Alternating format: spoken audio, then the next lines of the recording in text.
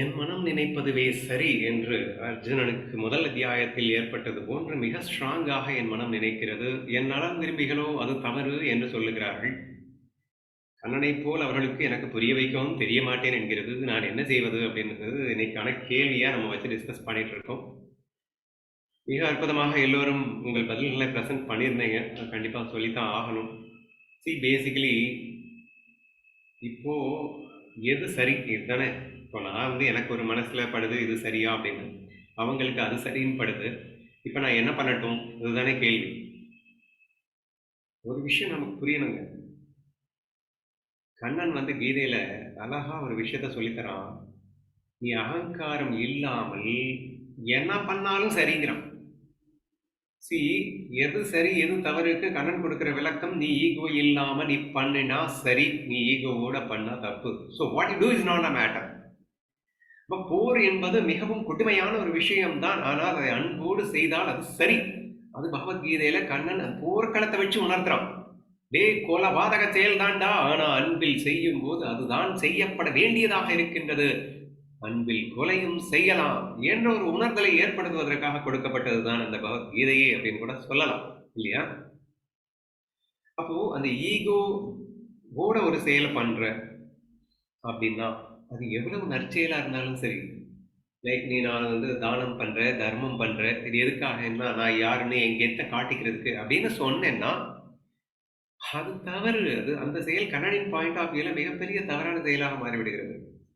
So basically நம்ம என்ன aspect வச்சு திங்க் பண்ணணும் அப்படின்னா, தர்மமா அதர்மமா கூட நீங்க திங்க் பண்ணக்கூடாதுங்க.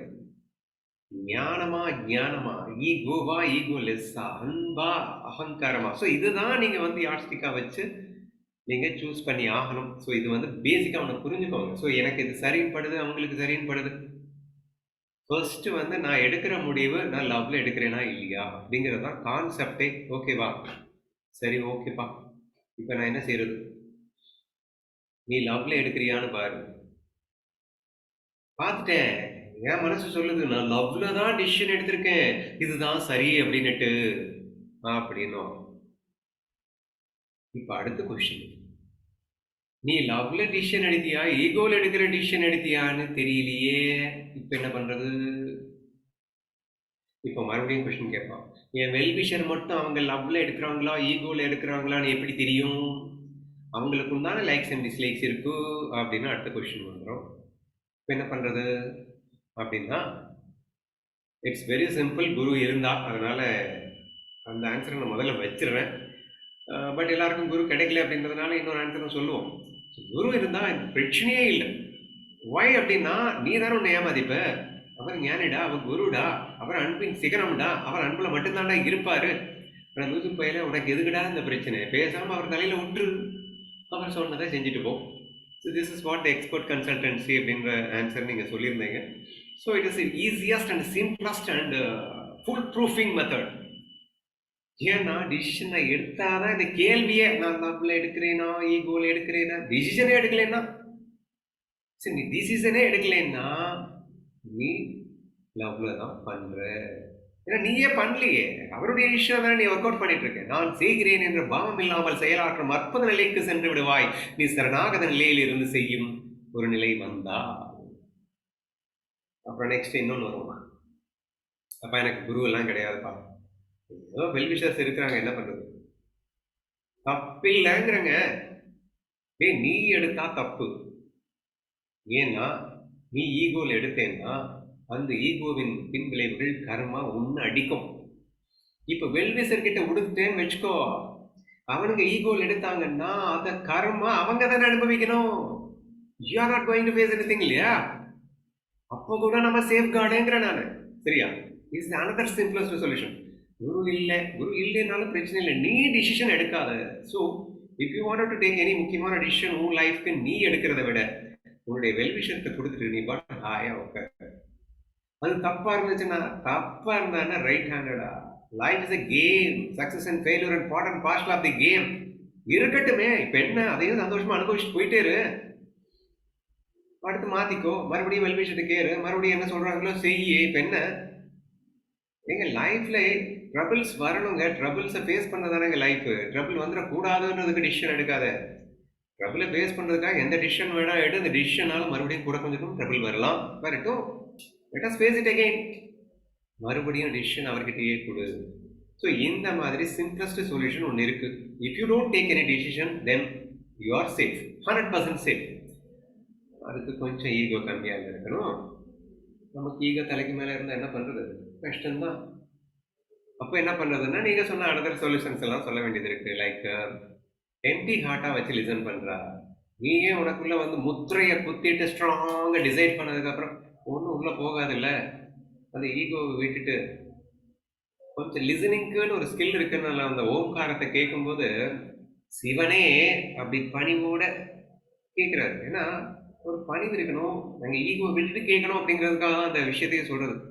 ஓம்காரத்துக்கு உனக்கு தெரியுமா சொல்லு, என்னது கேட்குறவன் எப்படியா கேட்கணும். அப்போ ஒரு விஷயத்தை புரிஞ்சுக்கிறோம்னா பணிவு வேணும்ப்பா, அப்படின்னா ஈகோ இல்லாமல் கேட்கணும் அப்படின்னு அர்த்தம். ஸோ அந்த மாதிரி ஒரு லிசனிங் பண்ணுறதுக்குன்னு அந்த குவாலிஃபிகேஷன் வேணுமா இல்லையா? அந்த குவாலிஃபிகேஷனோட கேட்டால் தானே வந்து அவங்க சொல்கிறது உனக்கு புரியும். இல்லைன்னா நீ நினைச்சதே சரின்னு தான் கடைசி வரைக்கும் பட்டுக்கிட்டே இருக்கும். அதுக்கு தீர்வே இல்லாமல் அல்லவா போய்விடும் என்ற ஒரு விஷயத்தையும் நம்ம புரிஞ்சுக்க வேண்டியது இருக்கு. ஓகேவா?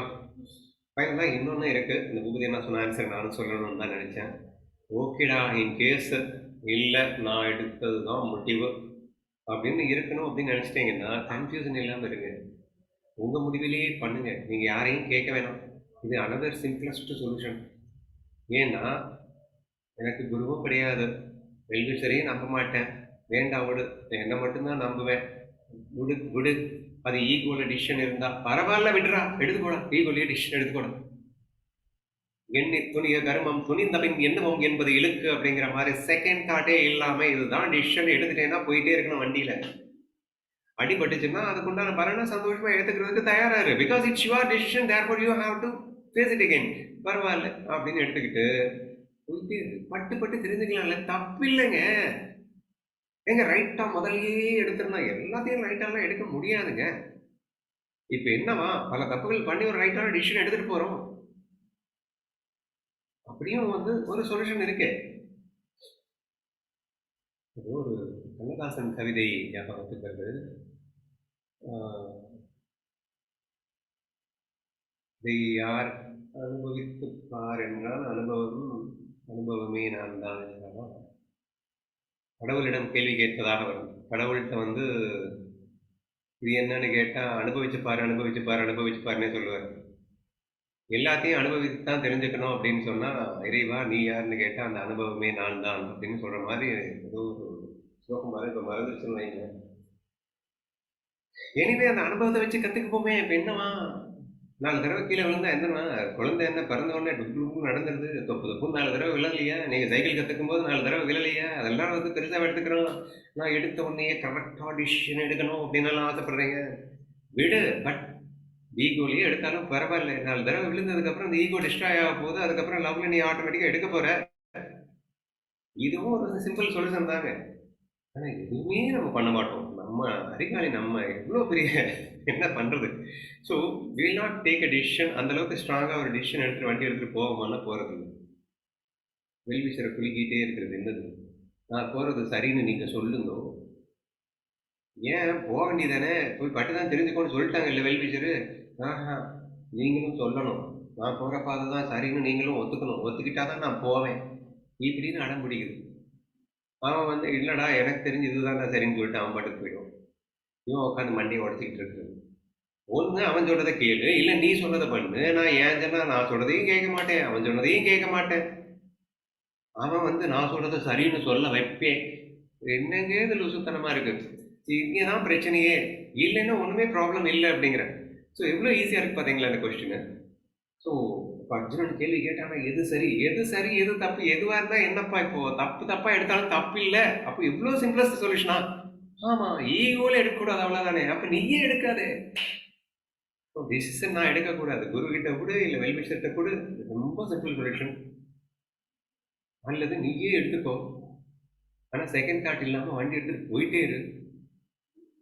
இல்லைன்னா லவ்ல உட்காந்து கொஞ்சம் எம்டி மைண்டோட ஈகோ இல்லாம எடு. ஸோ இன் திஸ் வே இந்த கொஸ்டின் ரொம்ப ரொம்ப ஈஸியாக சால்வ் பண்ண விட வேண்டியது தான். ஆனால் லைக்ஸ் அண்ட் டிஸ்லைக்ஸ் இருந்தது அப்படின்னு சொன்னால் இந்த கொஸ்டின் விடை காணவே முடியாம இருக்கு அப்படிங்கிறதும் உண்மைதான். So this is my answer.